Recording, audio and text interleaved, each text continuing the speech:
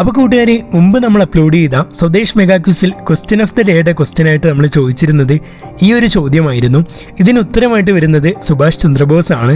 ആരൊക്കെയാണ് ശരി ഉത്തരം അറിയിച്ചതെന്ന് നമുക്ക് പരിചയപ്പെടാം. ഒന്നാമതായിട്ടുള്ളത് Madhav Manmohan, Ayan Shah, Chris Joby Jacob, Parvana S, Auf P, Anand Sreebala, Jewel Sree എന്നിവരാണ് ആദ്യഘട്ടത്തിലുള്ളത്. ഇനി നമുക്ക് രണ്ടാമത്തെ വിഭാഗത്തിലുള്ളവരെ പരിചയപ്പെടാം.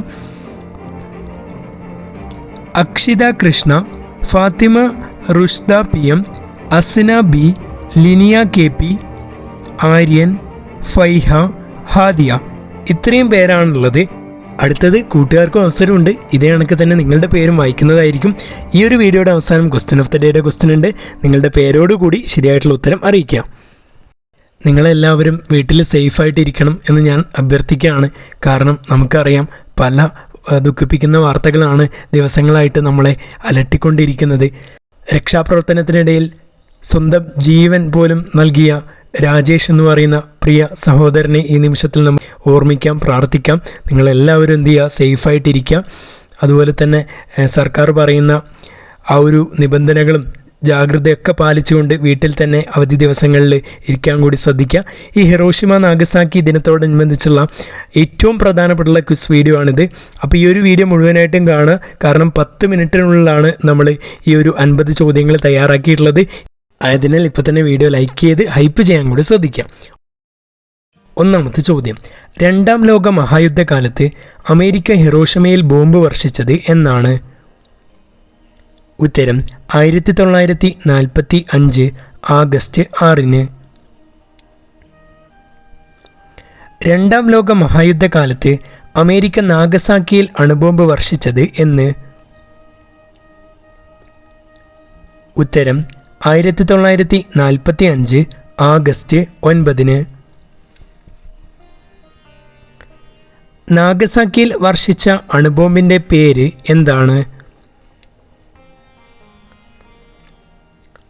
ഉത്തരം ഫാറ്റുമാൻ.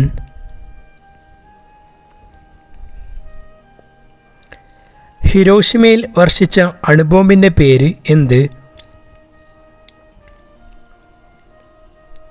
ഉത്തരം ലിറ്റിൽ ബോയ്.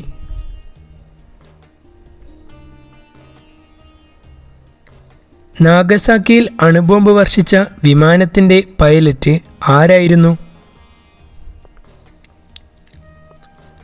ഉത്തരം ക്യാപ്റ്റൻ മേജർ സ്വീനി. ഹിരോഷിമയിൽ അണുബോംബ് വർഷിച്ച വിമാനത്തിൻ്റെ പേര് എന്ത്? ഉത്തരം B-29 സൂപ്പർ ഫോർട്രസ്. അണുബോംബ് സ്ഫോടന സമയത്ത് അമേരിക്കയുടെ പ്രസിഡന്റ് ആരായിരുന്നു? ഉത്തരം ഹാരി എസ് ട്രൂമാൻ.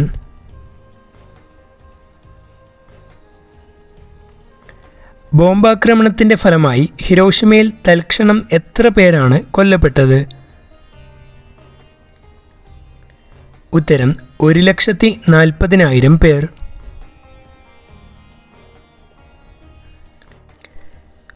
ഹിരോഷിമയ്ക്ക് ശേഷം 3 ദിവസത്തിന് ശേഷം അണുബോംബിട്ട ജാപ്പനീസ് നഗരത്തിൻ്റെ പേര് എന്ത്? ഉത്തരം നാഗസാക്കി.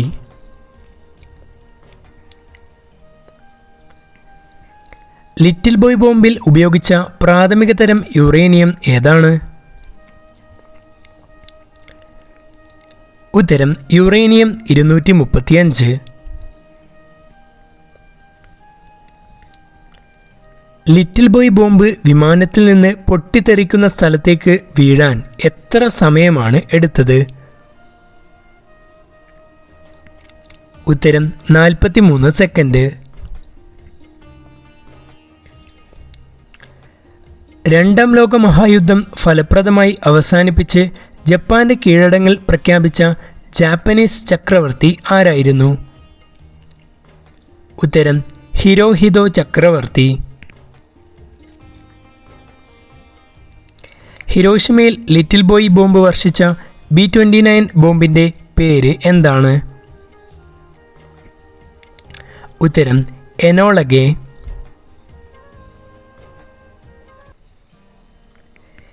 ജപ്പാനിൽ ആറ്റം ബോംബിടാൻ ഉത്തരവ് നൽകിയ അമേരിക്കൻ പ്രസിഡന്റ് ആരായിരുന്നു? ഉത്തരം Harry S Truman.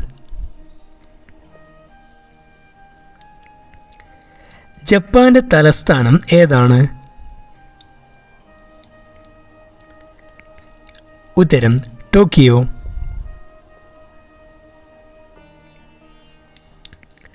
Little boy എന്ന അണുബോംബിന്റെ ഭാരം എത്ര?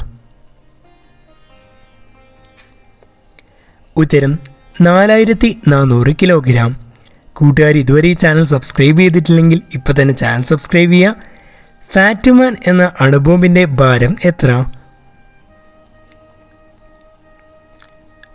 ഉത്തരം 4670 കിലോഗ്രാം. അമേരിക്ക ഹിരോഷിമയിൽ അണുബോംബ് പ്രയോഗിച്ച സമയം എപ്പോഴായിരുന്നു?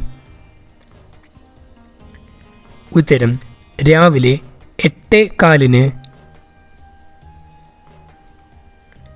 അമേരിക്ക നാഗസാക്കിയിൽ അണുബോംബ് വർഷിച്ച സമയം എപ്പോൾ? ഉത്തരം പകൽ 11:02. ഏത് പദ്ധതി പ്രകാരമാണ് അമേരിക്ക ആറ്റം ബോംബുകൾ വികസിപ്പിച്ചെടുത്തത്? ഉത്തരം മാൻഹട്ടൻ പ്രോജക്റ്റ്.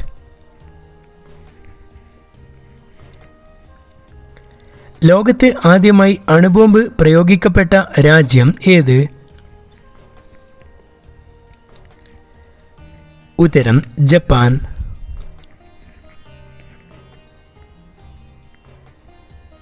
ഹിരോഷിമ നഗരത്തിന്റെ ഔദ്യോഗിക പുഷ്പം ഏതാണ്?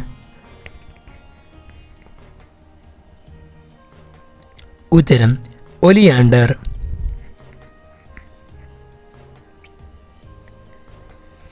ബോംബാക്രമണത്തിന് ശേഷം ഹിരോഷിമ സന്ദർശിക്കുന്ന ആദ്യ അമേരിക്കൻ പ്രസിഡന്റ് ആരായിരുന്നു? ഉത്തരം ബറാക് ഒബാമ. രണ്ടാം ലോക മഹായുദ്ധത്തിന് ശേഷം ലോക സമാധാനത്തിനായി രൂപം കൊടുത്ത സംഘടന ഏത്? ഉത്തരം ഐക്യരാഷ്ട്ര സംഘടന.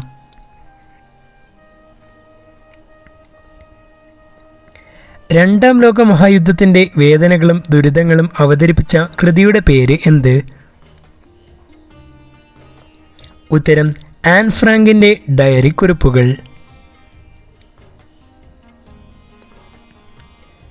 ഹിരോഷിമ എന്ന വാക്കിന്റെ അർത്ഥം എന്താണ്? ഉത്തരം വിശാലമായ ദ്വീപ്.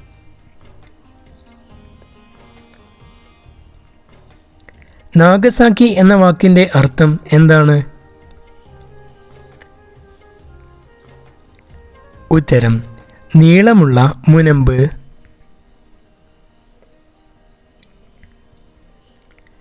ഹൈഡ്രജൻ ബോംബിന്റെ പിതാവായി അറിയപ്പെടുന്നത് ആരെയാണ്?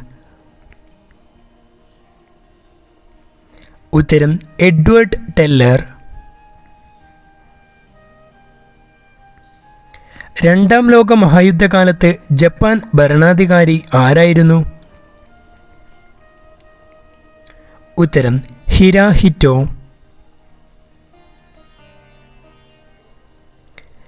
രണ്ടാം ലോക മഹായുദ്ധത്തിൽ ഏറ്റവും അവസാനമായി കീഴടങ്ങിയ രാജ്യം ഏത്? ഉത്തരം ജപ്പാൻ.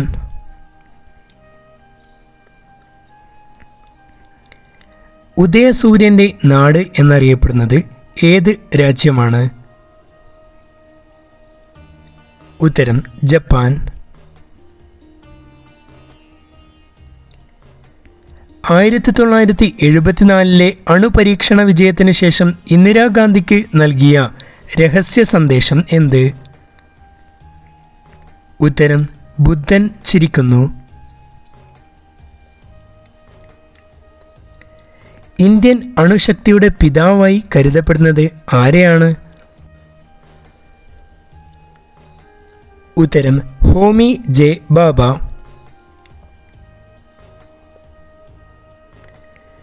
യുദ്ധവും സമാധാനവും എന്ന പ്രശസ്ത കൃതിയുടെ രചയിതാവ് ആര്? ഉത്തരം ലിയോ ടോൾസ്റ്റോയ്.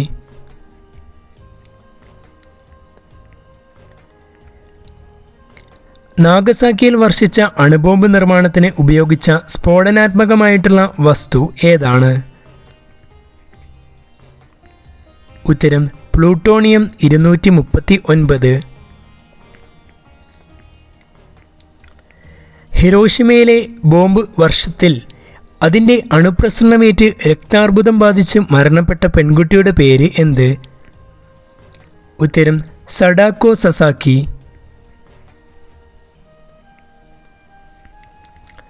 സഡാക്കോ സസാക്കിയുടെ മരണത്തിൽ നിന്ന് രക്ഷപ്പെടാൻ കൂട്ടുകാരിയുടെ ഉപദേശപ്രകാരം എത്ര വെളുത്ത കൊക്കുകളെയാണ് ഉണ്ടാക്കിയിരുന്നത്? ഉത്തരം 645 കൊക്കുകളെ. ആറ്റം ബോംബിൻ്റെ പിതാവ് എന്നറിയപ്പെടുന്നത് ആരെയാണ്? ഉത്തരം റോബർട്ട് ഓപ്പൺ ഹൈമർ.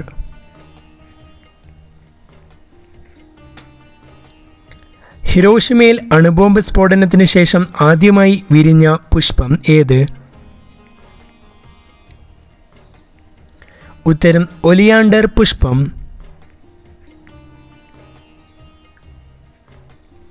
ആദ്യത്തെ ആറ്റം ബോംബിൻ്റെ കെടുതികൾ അനുഭവിച്ചറിഞ്ഞ ജനത സമാധാനത്തിൻ്റെ പ്രതീകമായി പണിത മ്യൂസിയം ഏത്? ഉത്തരം ഹിരോഷിമ പീസ് മെമ്മോറിയൽ മ്യൂസിയം. 2 ബോംബാക്രമണങ്ങളിൽ നിന്നും രക്ഷപ്പെട്ട ഏക വ്യക്തിയായി അറിയപ്പെടുന്ന ജാപ്പനീസ് മറൈൻ എഞ്ചിനീയർ ആര്? ഉത്തരം സുറ്റോമു യമഗുച്ചി. ആണവ നിരായുധീകരണത്തിൻ്റെയും അതിൻ്റെ സന്ദേശവുമായി ശാസ്ത്രജ്ഞരുടെയും ചിന്തകരുടെയും നേതൃത്വത്തിലുണ്ടായ പ്രസ്ഥാനം ഏത്? ഉത്തരം പഗ് വാഷ് പ്രസ്ഥാനം. ലോകത്ത് ആദ്യമായി അണുബോംബ് പരീക്ഷിച്ചത് എവിടെയാണ്? ഉത്തരം മെക്സിക്കോയിലെ മരുഭൂമിയിൽ അഥവാ ട്രിനിറ്റി സൈറ്റിൽ. ശാന്തിയുടെ നഗരം എന്നറിയപ്പെടുന്നത്? ഉത്തരം ഹിരോഷിമ. ഹിരോഷിമയാണ് ശാന്തിയുടെ നഗരം എന്ന് അറിയപ്പെടുന്നത്. ഇന്ത്യയുടെ ആദ്യ അണുബോംബ് പരീക്ഷണം നടന്നത് എവിടെ വെച്ച്? ഉത്തരം രാജസ്ഥാനിലെ പൊക്രാനിൽ വച്ച്. മാൻഹാട്ടൻ പ്രൊജക്റ്റിൻ്റെ തലവൻ ആരായിരുന്നു? ഉത്തരം റോബർട്ട് ഓപ്പൺ ഹൈമർ. ട്രിനിറ്റി ടെസ്റ്റ് നടത്തിയത് എന്നാണ്? ഉത്തരം 1945 ജൂലൈ 16. അണുബോംബാക്രമണത്തിന് ഇരയായിരുന്നിട്ടും ജീവിച്ചിരിക്കുന്നവർക്ക് ജാപ്പാനീസ് ഭാഷയിൽ പറയുന്ന പേര് എന്താണ്? ഉത്തരം ഹിബാകുഷ.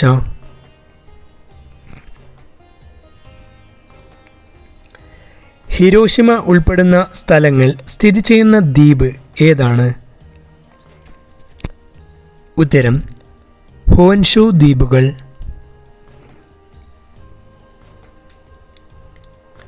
നാഗസാക്കി ഉൾപ്പെടുന്ന സ്ഥലങ്ങൾ സ്ഥിതി ചെയ്യുന്ന ദ്വീപിൻ്റെ പേര് എന്താണ്? ഉത്തരം ക്യുഷു ദ്വീപുകൾ. അടുത്തത് ഏറ്റവും പ്രധാനപ്പെട്ട കൂട്ടുകാർ താഴെ കമൻറ്റ് ബോക്സിൽ രേഖപ്പെടുത്തേണ്ട ചോദ്യമാണ്. അപ്പോൾ ഉത്തരം കൂട്ടുകാർ ഇപ്പം തന്നെ കമൻറ്റ് ബോക്സിൽ പേരോടുകൂടി രേഖപ്പെടുത്തുക. യുദ്ധവും സമാധാനവും എന്ന പ്രശസ്ത കൃതി രചിച്ചത് ആരാണ് എന്നുള്ളതാണ്. സിമ്പിൾ ക്വസ്റ്റ്യനാണ്. എല്ലാ വിദ്യാർത്ഥികളും ഇപ്പം തന്നെ എന്ത് ചെയ്യുക, താഴെ കമൻറ്റ് ബോക്സിൽ രേഖപ്പെടുത്തുക. നമ്മുടെ വാട്സാപ്പ് കമ്മ്യൂണിറ്റി ഗ്രൂപ്പിൽ ഇതുവരെ ജോയിൻ ചെയ്യാത്ത വിദ്യാർത്ഥികളുണ്ടെങ്കിൽ ഇപ്പം തന്നെ ജോയിൻ ചെയ്യുക. വീഡിയോ ലൈക്ക് ചെയ്ത് കണ്ടുവെന്ന് പ്രതീക്ഷിക്കുന്നു. വീഡിയോ ഇഷ്ടപ്പെടുകയാണെങ്കിൽ ഇതുപോലുള്ള വീഡിയോസ് ഇനിയും ലഭിക്കാൻ വേണ്ടി ഇപ്പം തന്നെ ഈ ഒരു ചാനൽ സബ്സ്ക്രൈബ് ചെയ്യുക. ബെല്ലൈക്കൺ അമർത്തി ഓൾ എന്ന ഓപ്ഷൻ കൂടി ക്ലിക്ക് ചെയ്യുക. മറ്റൊരു വീഡിയോ ആയിട്ട് കാണാം.